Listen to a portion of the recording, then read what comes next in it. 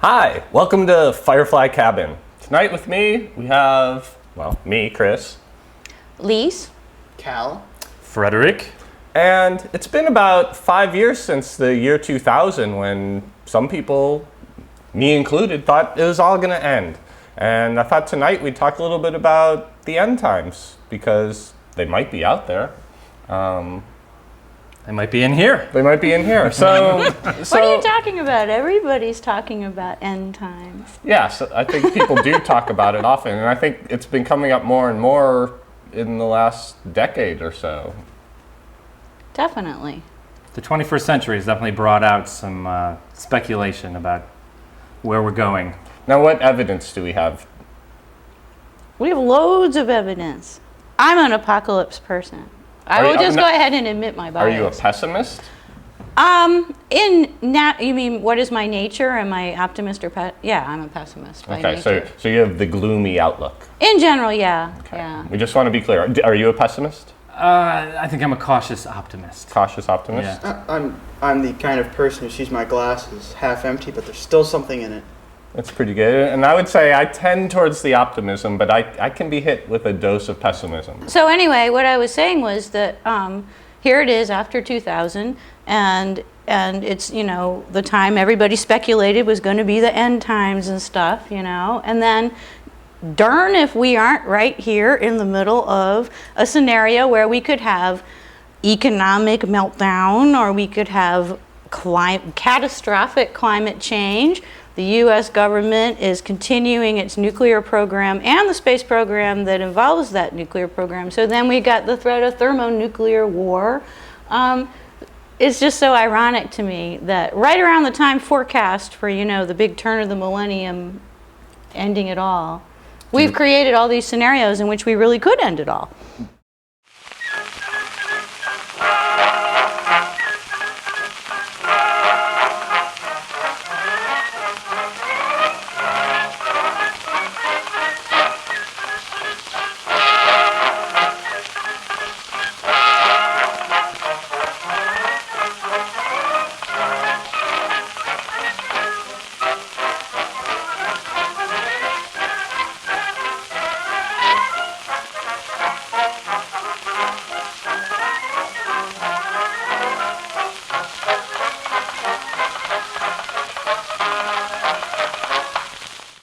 Do you worry about these things?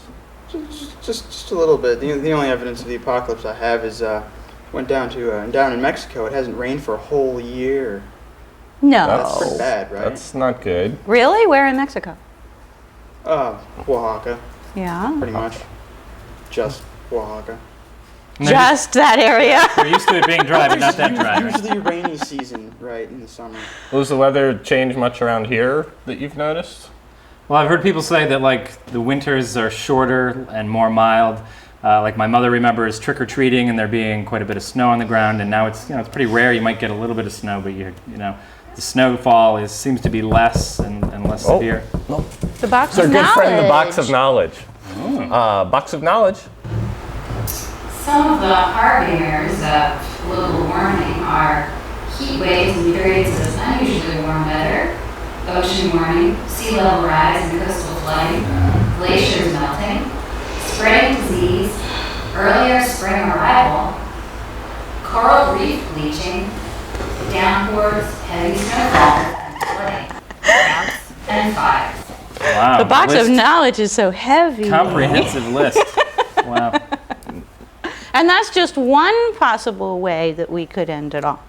It's true. Is yours an environmental vision of the future when you see catastrophe coming? Well, yeah, I definitely see that as something that has a scientific, it's being supported scientifically, and obviously we're seeing all these things happen, right? We're seeing the coral reefs are dying, for example. I mean, that's The ice conclusive. shelf. Yeah, we know, right?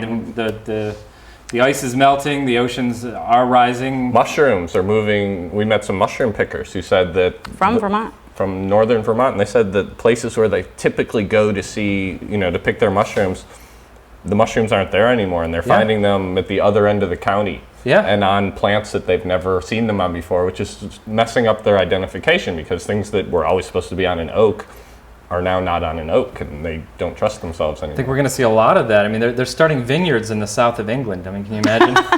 Imagine wine from England. I mean, that's the kind of stuff that's happening.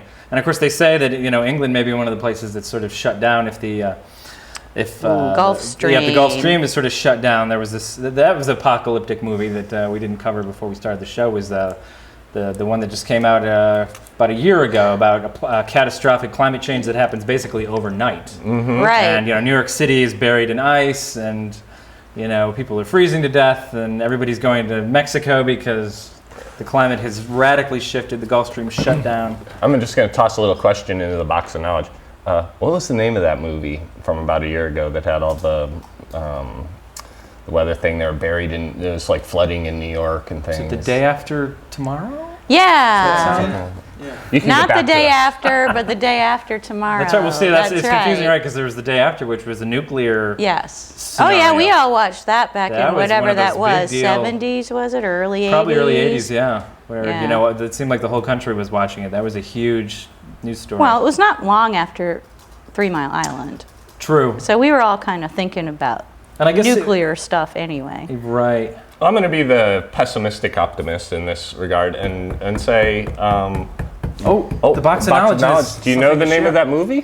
The movie was The Day After, but there was also The Day After was on TV in 1983. There was also The Day After Tomorrow, which was 2004. The Day After Tomorrow. Thank you, Box. Do you think when the end times are near, we're going to know it? Like, we're going to see the giant comet coming towards us, or we're going to slowly be noticing everyone getting slower and slower and overheated, or is it going to be a sudden thing that that catches us off guard? There's at least 3 that have tipping points. The climate, the Gulf Stream, and the other one there, the the pole shift. You guys have heard about that, right? I've heard of it happening, but how It's does it- supposed what to does it do to happen. society? They don't know, but think of how many things are electromagnetic, and imagine that suddenly like our- north our was debit south cards and don't south was. Right, I was kind of wondering that too. Magnetic strips. Like, What would that do? Like the blackout in New York. I mean, there's a sign for you. Oh yeah. Well, see, I think, and those are all sort of great examples of these little things that kind of happen that you sort of remember that we're not, that we're always sort of balanced on the precipice, and that it's very easy. I mean, you think about how people lived in the 19th century or even the beginning of the 20th century before electricity was common, all that sort of stuff, that it's easy for this stuff to kind of get shut down. And I think a lot of us sort of take for granted that it could happen, that it's just always going to be there, right? And then I think a few of us start to think, it's really better to hedge your bets and kind of be prepared for living without electricity for days or weeks at a time. Yeah. For example, and I think that's a mild thing. I mean, I think obviously in a more dire circumstance, you're talking about possibly never having electrical generation capacity again, So I do think that these are sort of good reminders for us to sort of kind of hone our skills and really kind of look into how to take care of ourselves without a lot of the accoutrements of modern society, That was one reason we moved to Vermont.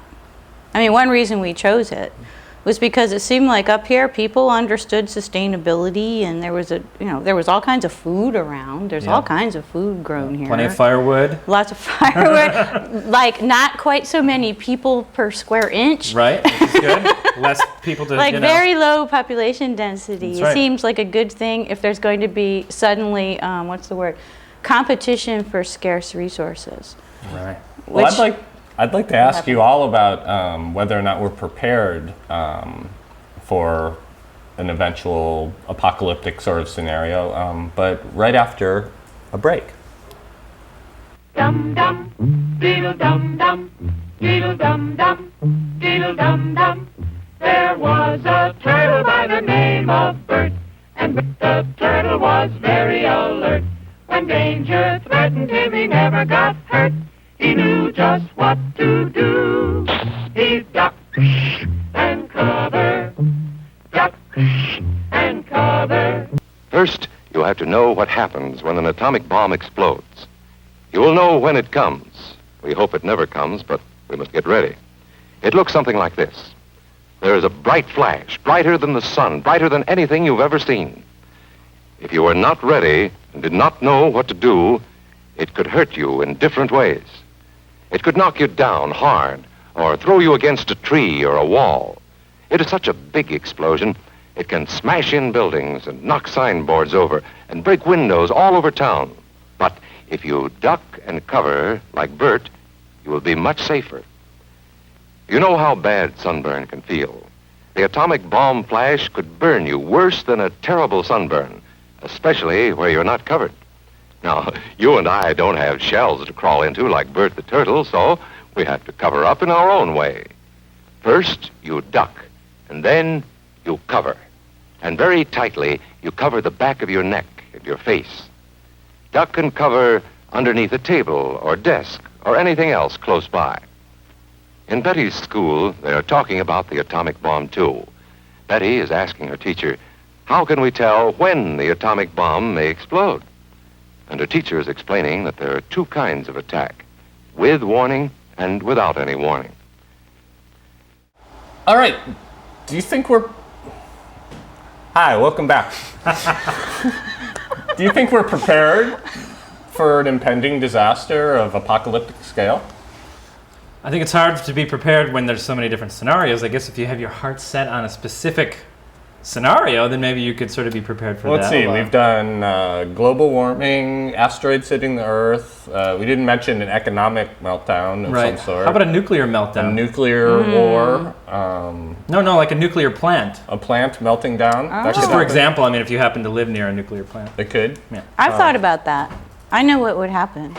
Everybody tried to get out, and there would be mayhem. That's true. So would that be... And we'd end up in shelters So upstate. going off-road would be advisable. Or being the first one on the road. Yeah. Well, that's what I always sort of think of is... I know we'd be out chasing our cat. I know we would. We'd get fried chasing the snooch. That Wow. would be the way it would go. We have solar power and duct tape. I think I'd be fine, personally. Duct tape? That's going to I could protect you from try to radiation? Paint myself white and put paper bags over my head and lie down the whole... Aluminum foil. Right? Yeah, definitely. But really, do we... What does that do, by the way, just real quick? Aluminum foil. What does the tinfoil hat thing mean? Oh, it just it's keeps so the- aliens can't read your mind. Oh, thank you. I've always wondered where that came from. Okay. But do you basically feel like you have the skills if, say, the power went out, or the water stopped running, or gas stopped being available for cars? Can you get by? Sewage. I mean... I think if we're talking non-apocalyptic scale, but just like basic services shut down for a extended period of time, I think I could cope pretty well for...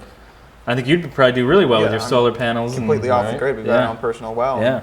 Where is the weakness in your system? Where would you eventually run out? Phone cords. We couldn't call anyone. It'd be terrible. So there'd be no electricity or no power. So you're not worried or about anything. food? No. You can... We have large supplies of food and solar power. Water? Yeah. Source of water? So unless they blot out the sun and inject the ground with some sort of horrible toxic waste, we should be pretty good. So that could happen. Yeah. Oh, yeah. Some of us, and I'll assume that I'm part of it because I'm optimistic, will do just fine, no matter what happens. Whatever comes our way, we'll make the best of it and carry on. Right. And then, of course, there's the whole theory that maybe the Earth sort of periodically kind of purges humanity. You know, I mean, we have sort of things that crop up in our history, viruses, wars, Plagues. fires, plagues, all these things that sort of come along every so often and wipe out a significant percentage of the human population, which is certainly tragic for the people involved and their families, etc. But you could also argue that the Earth is sort of cleansing itself of a species that is ravenous in its appetites and is For willing to consume everything in our path, basically. And so you could argue maybe that there's a way that the Earth is sort of taking care of itself and assuring the survival of the biosphere and the other species by kind of winning us down, humanity, to a reasonable level. It's hard to imagine a scenario that would wipe us all out completely. Right. You know, Well, where even there's the only Ice cockroaches Age left. didn't. I mean, in the Ice Age, Right. we were in caves, and we hung out there for a good long time till Yep. it warmed up, and then we came out. Yep. So So the I mean, most we savvy, could hide again, probably underground. I or think, something. I think the people who are savvy, who are lucky enough to be in a location that has lots of natural resources, and as Chris was saying, maybe sort of in or you were saying in a sort of isolated place where there aren't a lot of people competing and a lot of people just sort of doing crazy stuff as they're kind of trying to cope. I think you have a relatively good chance of being among the very few. Yeah. Well, what about the hordes up I-91? Right. From a Brattleboro perspective, imagine a major emergency in East Coast cities, like let's say Washington, New York, and Boston. And they all realize that Would they we have come resources. here? Would they hit the Yikes. road and start looking for rural areas where they could be? You'd have to be prepared to defend your house from raiding parties, obviously.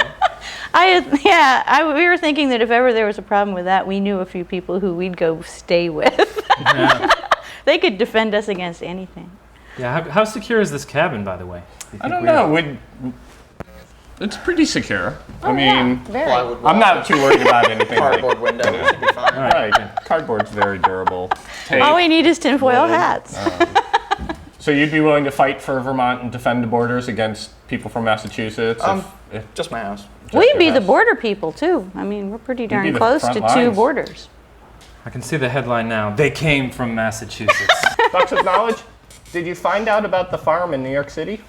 No. All right. So, But I found out something else. Oh, do tell.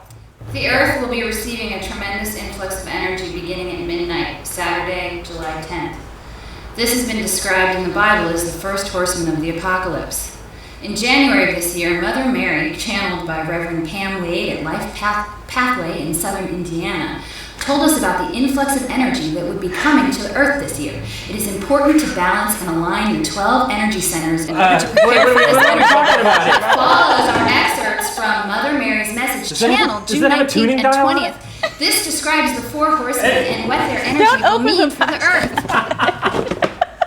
Wow. Well, the 10th, we've got 6 days. wait, No, she said July the 10th. box It said- already happened. That's I want a second opinion. Whoa. So, second opinion? Well, I think that the wave of energy will come on my birthday because that's just my luck. So actually we should probably find out, are you an optimist or a pessimist? Oh, I'm an extreme pessimist. Extreme pessimist. Yes.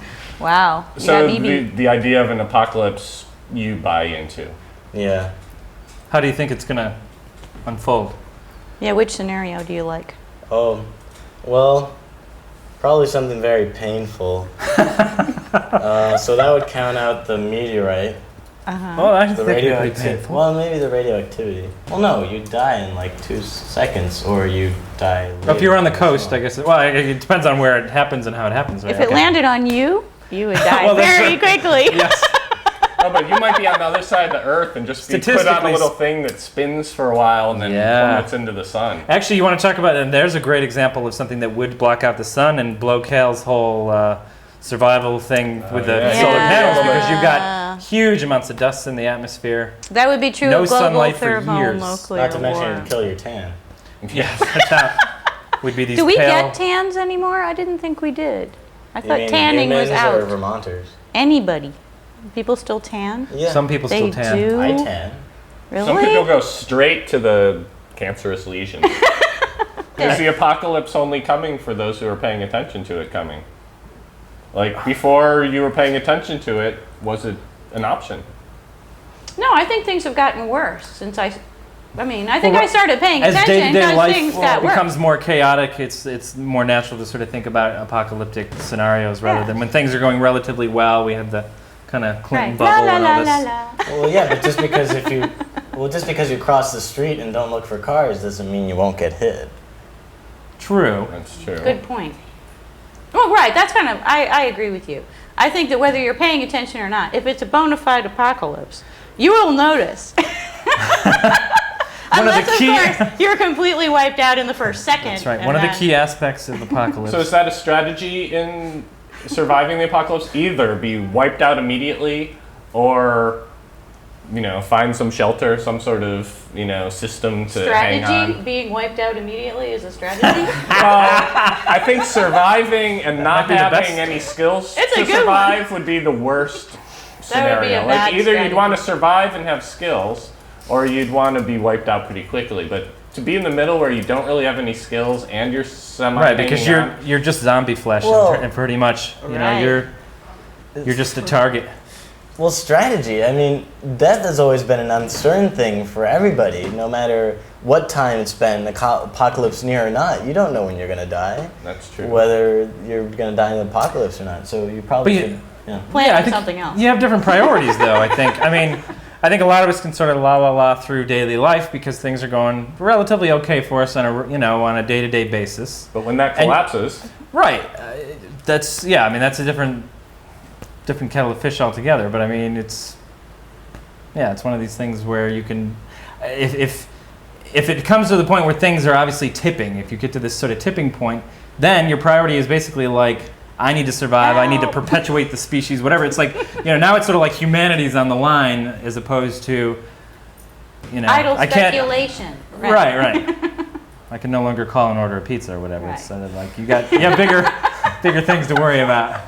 There could come a day when you might be sitting somewhere in a bunker wishing that Domino's Yeah. was still around. Well, of course, one of the fundamentals of this is right. You would have no idea how many other people are around, and so I think it would be a natural assumption to sort of be like, we may be if it's you and a couple other people, we may be the only people alive. How do we know?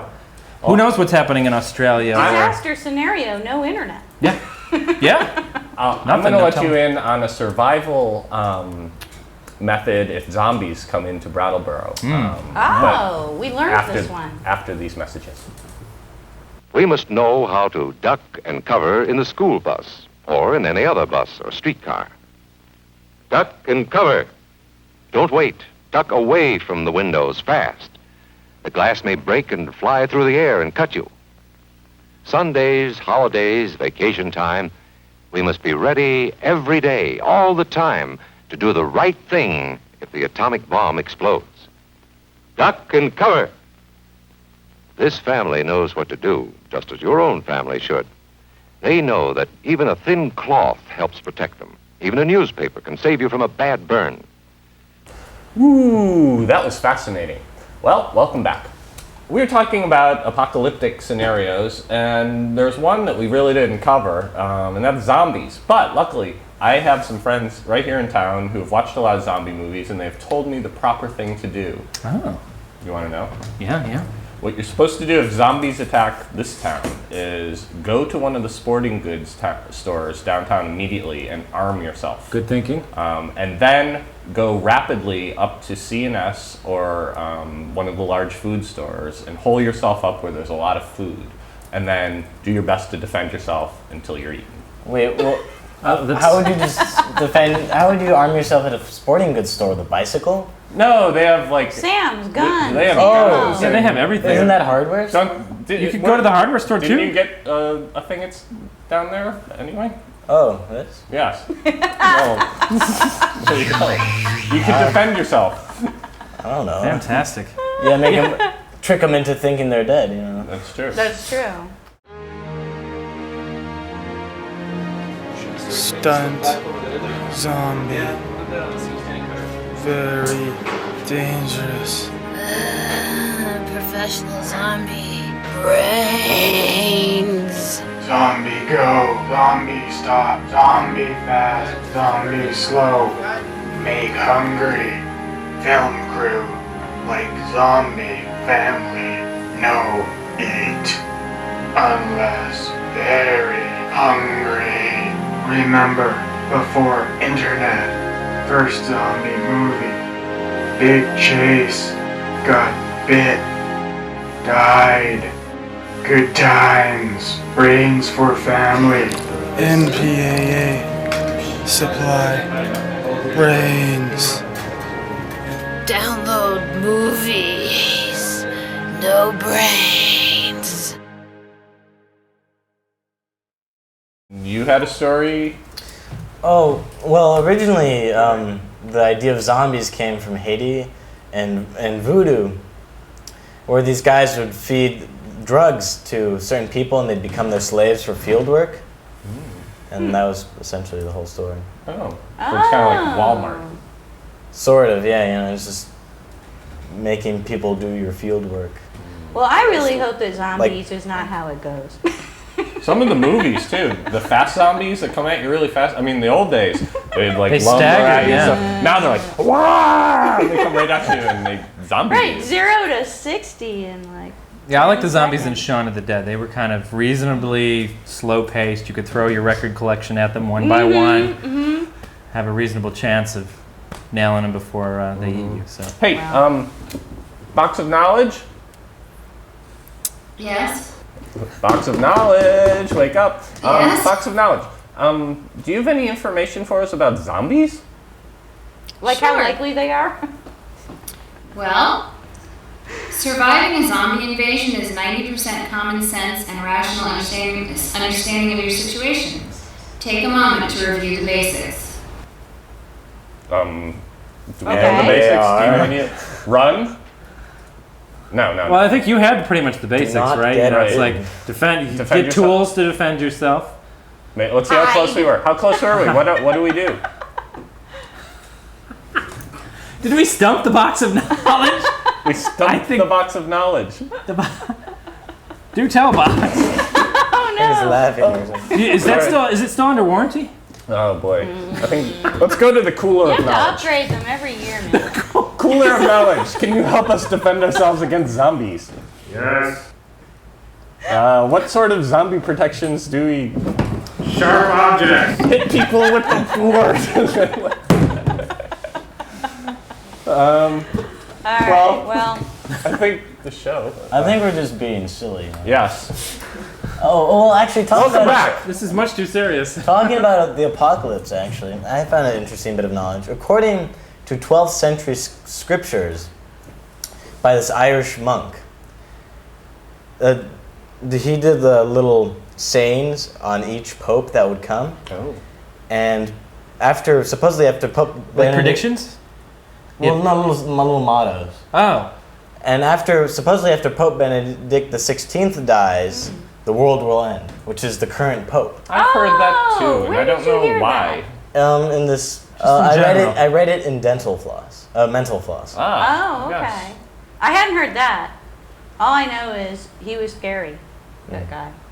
And I mean, 12th century scriptures aren't usually that reliable, but to give it some credibility, Hey, they're better than 7th century ones, for God's sake. At least as good as the Farmer's Almanac. well, the motto for the last pope, Pope John Paul, was the pope of the solar eclipse, and he was born during a solar eclipse, and he was buried during one. That's right. So. That's right. I So did what is hear this that. new one? Slogan, motto, Um. tagline. Death of the world, I think.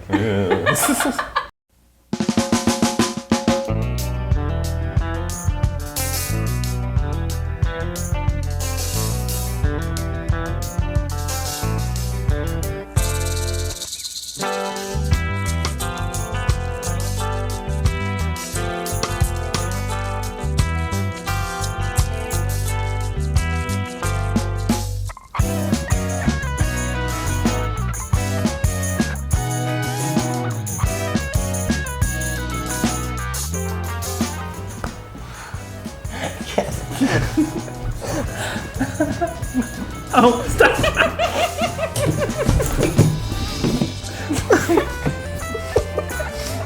Stop, drop, and roll on Fireflycabin.